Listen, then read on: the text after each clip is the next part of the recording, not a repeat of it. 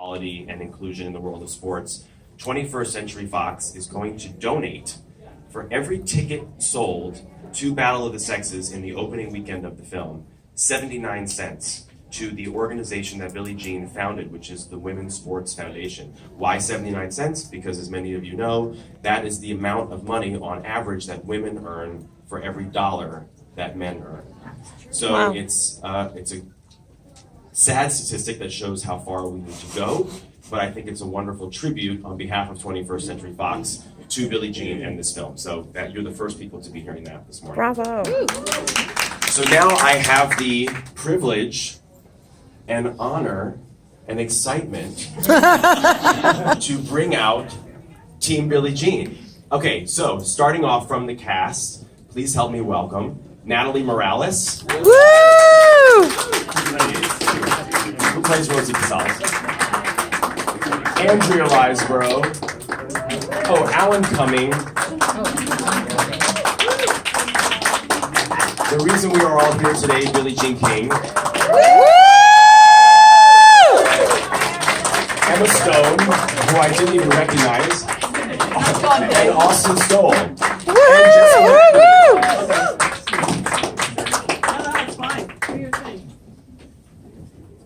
Hi, everybody. Oh wait, our names are in front of us. Could someone tell me? You're here. You're right Oh. here. That's what I figured. Here you go, Billie Jean. I actually figured that out. I mean, Emma, you're here. You're here where I'm standing. okay. I'm here. Jessica, you're there, and Austin, you're here. Welcome, everybody. Good morning. Thank you. You all had a big night last night with your premiere, so congratulations on getting here on time. We survived another one. Billie Jean, since you are the reason we're here, I want to start with you. About 16 years ago, there was a television film called When Billie Beat Bobby, where Holly Hunter played Billie Jean King. Did you, because that was made, did you give up hope that there would ever be a theatrical film about you and about this event, or were you hopeful? Dave, I never think like that. To me, everything that happens is a blessing. I mean, I thought, first of all, it's about relationships. When Holly did the TV movie, she and Gordon have become best friends. So that for me is everything. And all these things that have happened to me are a blessing really in my life. So no, I never thought about a movie. We've had people come to us over the years about it. But this one was perfect. Emma, it must be so exciting to take on a role like this where you have access to the person that you're playing. On the other hand, I would imagine you want to put a cap on the amount of time that you actually spend with the person you're playing so that you don't run into the danger of doing an impersonation. How did you decide what that sweet spot was of amount of time to spend with Billie Jean without it being too much? I don't think it was really a decision so much as I had never played a real sorry. I had never played a real person before, much less, someone like Billie Jean. And so I wasn't sure what my process was going to need to be. So when I met her, she was so wonderful, and Alana, her partner, they were so welcoming to me. And Billie Jean made it very clear early on that she would be open to whatever process we kind of needed to go through in order to bring this whole thing to fruition. And so we threw some balls around on a tennis court, and then I kind of, quickly realized that I wanted to watch a lot of footage from her in the time period and read a lot about her then, because she is so fully formed now and is able to talk about all of this with closure and hindsight and a lot of, she could just see it more clearly than she might have been able to at age 29. So I ended up just doing a lot of research on her just in that very specific time frame. Andrea, one of the highest compliments I can pay to you is that when watching the great relationship that flourishes between your two characters in this film, I completely forgot that the two of you had worked together in Birdman. Yeah, right, yeah. But having said that, what was it like to explore this very different kind of relationship, having worked on a film with Emma before? I know, a little creepy when you think about it, really, isn't it? Because we were in Birdman playing the same age, but I was dating your father. It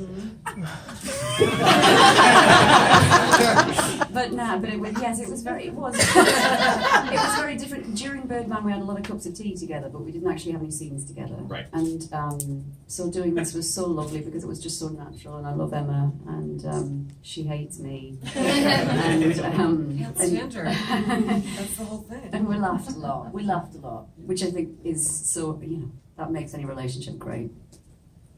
Alan, in many ways, you're kind of like one of the gals in this great film, and How dare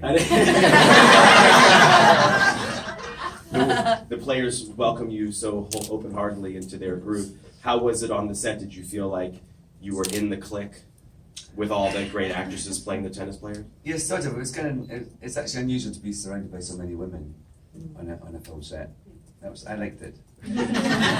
Did you have to ingratiate yourself, or was it a very natural I process? ingratiate myself always. It's Mr. Ingratiation. And Austin, I'm fascinated by the relationship between you and Emma, Larry, and Billie Jean as it's portrayed in the film, because what I really appreciated is that there's never this hysterical outburst from Larry at what's going on. If he feels betrayed or upset, he's always very, very measured. What was it like to play that, and is that based in truth to how Larry was handling it all at the time, Billie Jean? Well, the way that I just approached it from the very beginning was love. That this was somebody that Larry saw Billie Jean as a strong, powerful woman with a message and a statement that she wanted to get out to the world. And he was willing to sacrifice himself and allow her to deliver that message to the world, just give her all the tools that she needed to do so.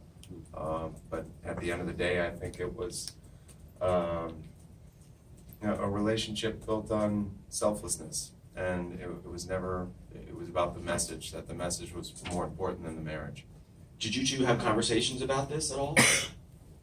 No, and I actually didn't meet Larry. I didn't, in atypical fashion, I didn't do any research. Due to the circumstances and the timing of the audition, I just went with my gut, and hopefully it worked. What are your recollections of that time and the conversations that you and Larry were having? Well, Larry and I always talked about changing the tennis world. So from the 60s, he was at Cal State LA Library where we first started talking about how he wanted to change tennis.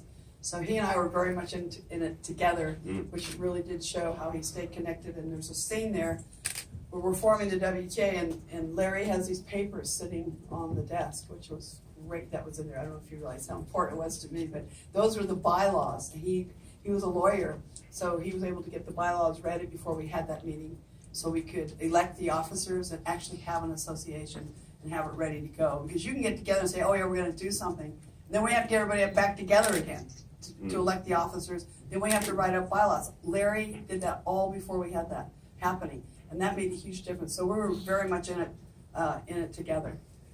Natalie, I was fascinated by how John and Val, the directors, kind of like scientifically, magically put you in the film with Howard Cosell. And he's got his arm around you, and it's just the worst. What was it like to see? What was it like to see that once it was done? Well, the original footage is exactly that. Right. He is somehow choking Rosie from the back, and it's really. I always think it's really odd. Obviously, Howard Cosell was a very famed commentator, but he really was with Muhammad Ali is where he got his thing. He never really did tennis. And so Rosie is this, Grand Slam champion, this super, one of the most winning tennis players of all time, very qualified to commentate on this match. And he introduces her he's like, and now we got little Rosie Cosell! And it's like, oh my God! And he grabs her by the neck, and it's just very telling of the times. But the way we did that was really sort of fascinating. It's a split screen, obviously, so it's real Howard and me acting with nobody, and listening to the footage, and it had to be at the perfect time so that it would make sense with the conversation. So I listened to Rosie's audio and just perfectly matched it throughout the whole entire match, so it would all work, and it was really sort of fascinating. So we did have a hand double that grabbed my hands, grabbed my neck. He was very nervous, he had really sweaty hands. But it helped my character. Jessica, you did such a great job as Margaret Court, but it's like, what's it like to be the one woman in the film who's just out of step with all the others? I mean, I think she's still out of step with all the others. So, it was interesting. It was fun. I didn't get to know the girls as much, or the 9, because there was a real separation, as you will, in terms of filming, and I was always kind of separated from all of that. But it's been really fun getting to know everyone on the junket. But yeah, I mean, it's crazy that. I mean, obviously, we're aware that she's come out recently and kind of still has the same beliefs and same attitude. And it was kind of timely for me. It was fun to portray her in that light. I think I was worried that maybe it was going to appear a little bit kind of villainous, in the film. But I think we did her justice. Definitely humanized her, that's for sure. Before I open up to you guys, one last question. Emma, did you happen to see this great footage of Sloane Stephens, who won the U.S. Open singles, when she got presented her check for, I think it was $3.7 million on the court after she won, and her face? Did you guys see this footage where she's just like, oh my God? And it's just, I mean, what's it like for you to hear now that the winner of the U.S. Open female makes $3.7 million? I was at the U.S. Open with Billie Jean King watching that moment, so it was pretty unbelievable. And Billie Jean has said, this was what she and these women in the original 9 were fighting for. So how incredible it is, not to speak for you, but this is what she says. Take time for me. That this is what they were fighting for. This is what those moments are. They were fighting for the next generation and onward to have moments like that. She's, so I can only imagine what it feels like for Billie Jean to watch this young girl who's just won the U.S. Open and get presented with $3.7 million. I mean, it's got to be incredible. Was it? What do you think? It was, and also she's a woman of color, and that's one of the things we're trying to do as well. If you notice in the Battle of the Sexes, that how white everything really is. Yeah. And Yeah. I think we had two people. I think we had two people of color in the audience. Thank God Rosie was the announcer, or else we would have been in big trouble. But we had Jim Brown, the NFL football player, and then we also had George Foreman, the great boxer, and George bet on me, and of course I knew Jim would vote for Bobby. Everyone would want him, would bet on Bobby. So anyway, George Foreman ended up being a security guard at the end because we had no security guards in those days. Wow. At the end. All right, you guys certainly have questions. Yes, right here in the front. Yes, I have a question for both Billie Jean and Emma. The scene where after the Battle of the Sexes and you're back in the locker room crying. I mean, I can't imagine anybody not tearing up during that scene. And I'm just wondering, it seems to be there are a couple things going through your mind at that point. One being the fact that you can't be who you are in public, who you want to be. And secondly, the burden of being this example of, for women at that time. So I'm just wondering, when you saw, I take it you've seen the film now, what did you think when you saw that? And Emma, for you playing that, how was it playing that, playing Billie Jean at that particular moment in her life? I thought Emma absolutely portrayed it 100% right. I did not have an opportunity, but that's exactly how I felt. She captured it better than I could have even. It was so touching when I saw it. It was so authentic with what was in my heart at the time. So, All right, you did really all right. Thank you, Billie Jean. It's true. That's my truth.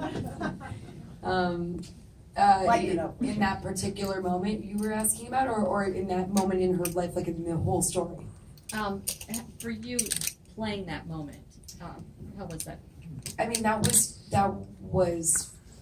I was thinking about that moment in all other scenes of the film because I think that because she has such strength and because she holds it together and it's all just right under the surface for most of the film, that sort of breaking point was. You have to earn that moment of finally seeing everything that's been happening underneath the surface this whole time because she was on 4 hours of sleep every night. All of this is going on with Marilyn and with Larry. The way she's playing, all of that. You can't sit in the overwhelm of that. And then in that moment, it's after winning, it was pivotal to me, definitely, certainly as an actor to know that this is where we were building to. Stephen Shaker. Sure, thanks. Emma, one of the things you talked about was, wanting to do right by Billie Jean King, and it's a marvelous performance. But the tennis, you're not a tennis pro. how did you do? Was that the most difficult thing to try to make real for this movie? Did you have some kind of, computer help or something? I had never played tennis. I'm not particularly good at tennis. I did a lot of lessons, but I also had an incredible professional double named Caitlin Christian, who was phenomenal, and an amazing coach, Vince Spadia, and a great trainer that was bulking me up. So I was surrounded, and Billie Jean throwing balls at me and letting me mirror her and figure out all the details. I was surrounded by a team of massive support when it came to that element, because so much of the story obviously is about her personal journey and her personal struggle. But if this had been the Billie Jean tennis movie, I never would have gotten it. It's such an incredible team. It's written John and Val. It was really, they made it possible. So was that the biggest hurdle, and how long were you preparing before filming began? It was a big hurdle, but we were also able very early on to realize where my strengths would be, what we could use, where we could move into that would actually seem, for a novice tennis player to become #1 in the world in 3 months. It was like, how can we make this work on a wooden racket, So it was, it was nice because early on we sort of gauged, all right, these shots will be like this, and we're going to learn the choreography of this. The nice thing is, they can do a lot now. There's a lot of magic out there. You guys have seen these superhero movies. They do so much. So we kind of figured out as we were going what the choreography really of a lot of it. And, it made it possible. Okay. Which I'm so Question grateful here. Good morning, Emma. I look forward for you getting an Oscar for this movie. And absolutely. And I want to know if actually it's so from. weird looking at you because I can't see your face. Hello! I tried. Hello! Good morning. There's a phone with a light. I'm recording, and I'm Kathy with Bel Air Mommy. And actually, I wanted to know, within the whole cast, was last night the first time you had seen it, and how did you all feel when you were watching the movie? Certainly, you've all seen it before, like Toronto. Yeah. Right? Yeah. Yeah, we've Okay. seen it, I think. Someone who hadn't. Someone. Oh, it was Eric Christian Eric- Olsen, that was yeah. his first Oh, time. what it Oh, was. He's wow. coming up next. Okay. Oh, great. So how did you guys? Ask him. We'll ask him. But how did you guys? How about first impressions in general once some of you saw the actual finished product? I was waterworks. Just, Yeah. That's very overwhelming. Absolutely in tears.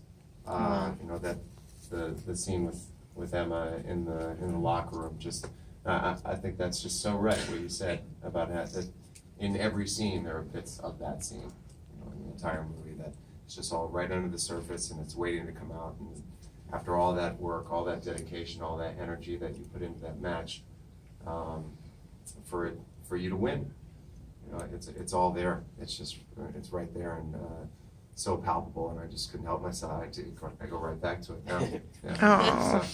I bawled my eyes out, and at the end I couldn't tell. I saw it in a screening for I think the cast and the cast's representatives. So it was all these agents. Oh. And I just ran to the bathroom, and I was sitting on the toilet crying. And I was like, I don't know if I'm crying because it's a really good movie or if because I'm in a really good movie.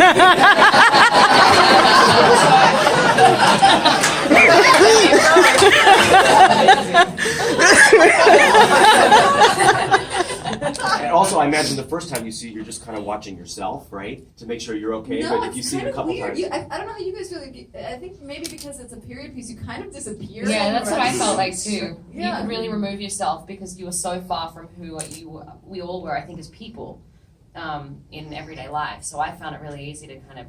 And I thought it was it was fascinating because it looked like a film that had been shot in the 70s. Yeah. Not like a film that's been, not a period piece. Yeah. And that was amazing. I think that's down to Balan Jonathan and also Anders, the DP. Yeah, this is amazing. Yeah. I feel strangely disconnected when I first watch something I'm in, and I try not to make a habit of watching anything that I'm in, but I did watch this, and I was sort of found myself tears dripping off my chin, in spite of myself at the end. Not in spite of myself, but normally it's so difficult to have an objective relationship with something you've been so deep inside of, and you sort of watch it. It feels alien almost in the beginning for me, and then I was sort of wiping shit off my chin. Oh, that was incredibly moving. and That's I'm great. very proud to be part of it.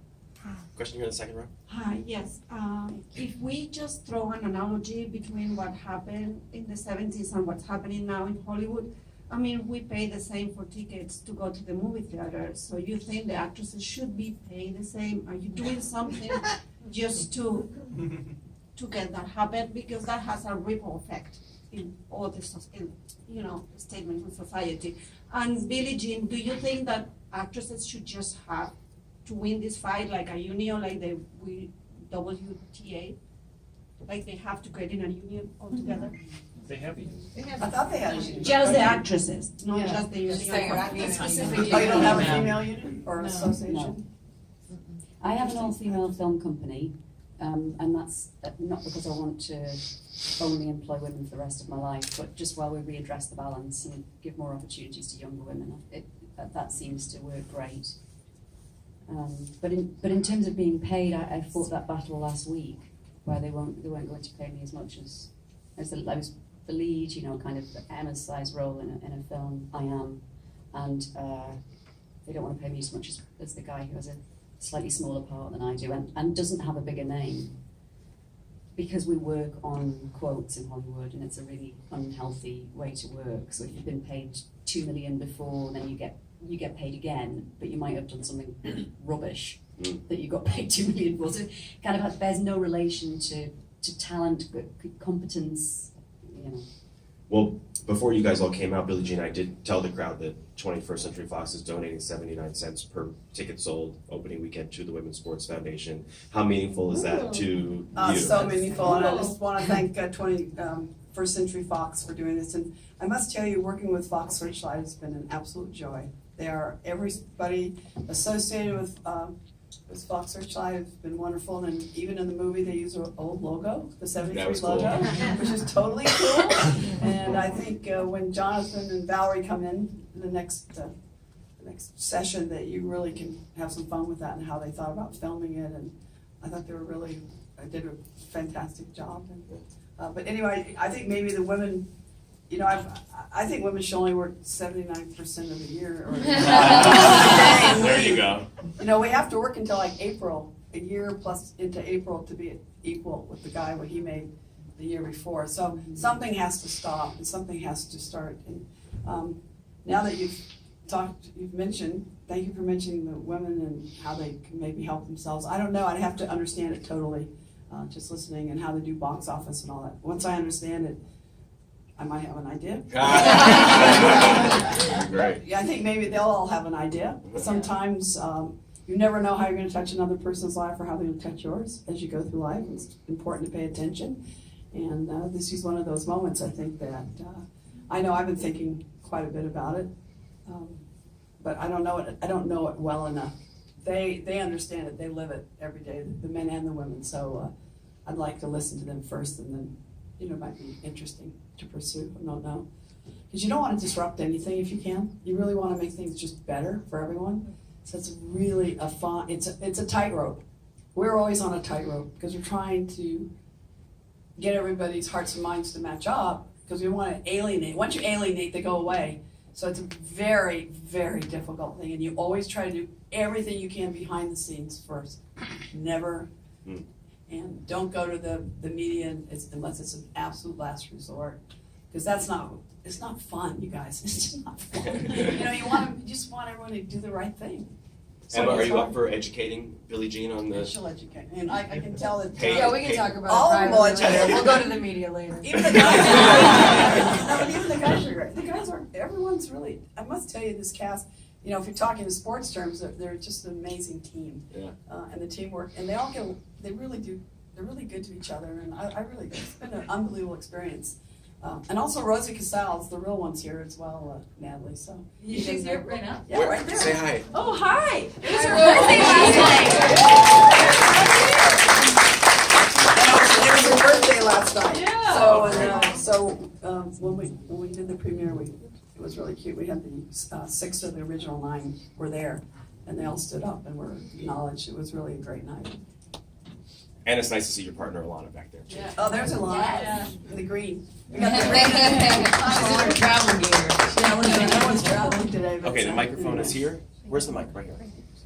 Emma, I was reading that you put on some muscle for this role and that you were able to deadlift like 300 pounds or something. No. I It was 1,000 pounds. I was wondering how that change in your physicality affected your performance and how that affected your relationship to yourself and your body. Yeah, it was amazing. It was I had never played an athlete before, and I had never been athletic before. Really, I had danced obviously and things like that, but that's athletic, but kind of in a different way than a weightlifting tennis player. And so the beginning of the process was pretty brutal, but then you get into a place that's so amazing, and you start to understand the mind of someone who is strong enough to execute whatever it is they want to execute. Like, I want to put the ball over there, I can do it. I have the strength. I want to lift this up, I can do it. I remember my dogs have food, like a 60-pound food bag, and I was like, I got it. Oh! It's like the most empowering feeling in the world. It's like, I can't believe I just did this. It's just the best. And so mentally I thought, Billie Jean is a social activist. She was always wired for social change. She knew that from a young age, what she was talking about. Everyone was white, the clothes were white, the balls were white, everything. And she realized that at the very beginning, but she also realized she was great at tennis. And this was going to be an amazing platform for her, if she could be the best, to change the world. So physicality has everything to do with that. If you have the strength to be the best in tennis, you could change the world. That was an amazing place to get to understand the physical strength equals strength out in our country or in the conversation or to further equality. And I know that sounds a little bit, I don't even know what, it sounds a little crazy for me to say that, but I did start to put those pieces together, and it was super empowering. It felt so good. That's great. Yeah. Question for Billie Jean. It's always great to hear Elton John's music and a soundtrack. I know that you've been friends for years and you've been very supportive of this movie. Could you just tell us a little bit about that? About what, the music and Elton? Or Elton? About your friendship. And I met Elton 2 weeks before I played Bobby Riggs in Los Angeles. At Jerry Corincio gave a party, and I met him. And we hit it off. We were very shy, and he kept looking across the room. And finally, his manager came over and said he wants to meet you, but he's too shy. And I said, ditto. So he said, come with me. So we met each other, and we're off and running. And then in '74, he came to watch me play team tennis for the Philadelphia Freedoms. And we were in the car going to a concert, and he says, I want to write a song for you. And I go, what? So anyway, he said, what are we going to call it? What are we going to call it? And I go, I don't know. He goes, let's call it. You want to call it Philadelphia Freedom? I said, okay. And it became #1. It crossed over into R&B, which made him so happy. So that's how that started. Rocket Man, which is in the film, is my brother's favorite, so it made me happy. And I thought it really fit the scene so beautifully with the car going down, I guess PCH or wherever we were supposed to be going. Was Michael Jackson No, inspired? but they said not my love, if you notice. Billie Jean. Quincy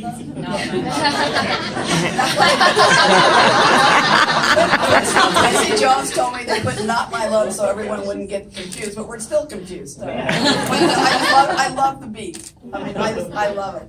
So I do love that song. Hi there. This is for Ellen. I was hoping we could talk about the character of Ted and kind of the living your truth theme that ran through the movie, or a hopeful kind of. Did you see that? Do you see that still in Hollywood and in sports, or was there any kind of connection that you made with the character and real life? Well, I think the sort of role that Ted has in the film about kind of being this sort of fairy godfather to Billie Jean is something I feel, very strongly about, and think it's a really important role to play in society as well as in the plot of this film. But in terms of, I personally find that I have a healthier, more sane life, and I think most people do if they are able to be who they are and not have to hide or lie or pretend to be someone they're not. So that's something that I always encourage people to do. But also it's a personal choice, and people sometimes take a little while to get there. And also there's yes, there are constrictions in Hollywood about people want you to put you into boxes, and label you and make you a certain way. Down with it, I say. Question here. Yes. Hi.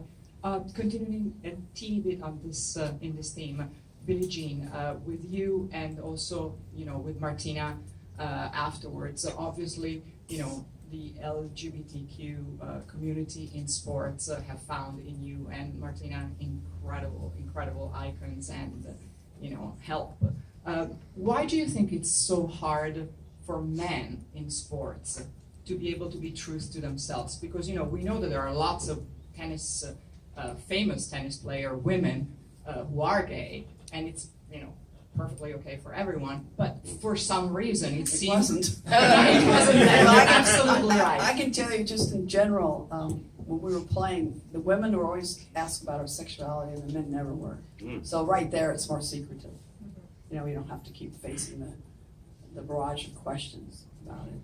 And it's the last bastion of, machismo. And it just scares the death out of the guys because of how they're going to be treated with their fellow players. That is really important. That's like our families, like, all the actors are family. You see that when you see them, they're connected by their profession.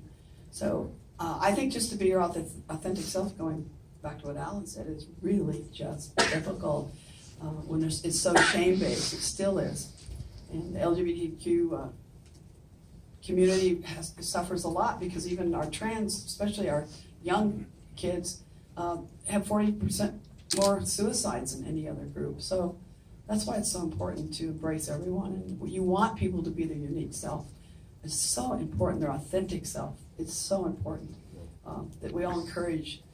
But a lot of times straight people will say, you'll say, oh, I'm gay. Oh, I knew that. I said, well, why didn't you just say it and ask me? That would have helped a lot. We just wasted 4 years. No, but those are the things where we all can help each other. Question here? Hi, Billie Jean. I'm Carla Renata, the Curvy Critic. And happy birthday, Rosie. My birthday was last night, too. All right. Way to go. Yes, I know. Okay. So anyway, I spoke to Emma last night and asked her which one she thought was more difficult, dancing or tennis. And so I'd like to ask you, which one did you think was more difficult, Billie Jean? Learning how to dance or learning how to play tennis? You're joking, right? Joking. My parents danced a lot, so I love dancing. That's why it was fun to be with Emma, because I love dancing. I love ballet, modern dance, hip hop, anything. You just it's a Fraggle dancing, which is my style. Yeah, but it's all about can you show us again? It's like you move like a noodle. But it's all about moving and movement. I just love it. I love movement, how you shape time and space and all that. Oh, it's the best. So obviously, tennis came easier to me than probably dancing. I don't know. I never even pursued it, but that would have been fun. Yeah. You can teach me. Teach me how to dance. How's that? Well, anyone who has not had a chance to ask a question yet, you are my top priority for Team Bobby that's coming up next. But since we have to move on, I want to thank Jessica, Austin, and Billie Jean, and Emma, and Andrea, and Alan, and Natalie for being here, and thank you guys all for the questions. Team Billie Jean.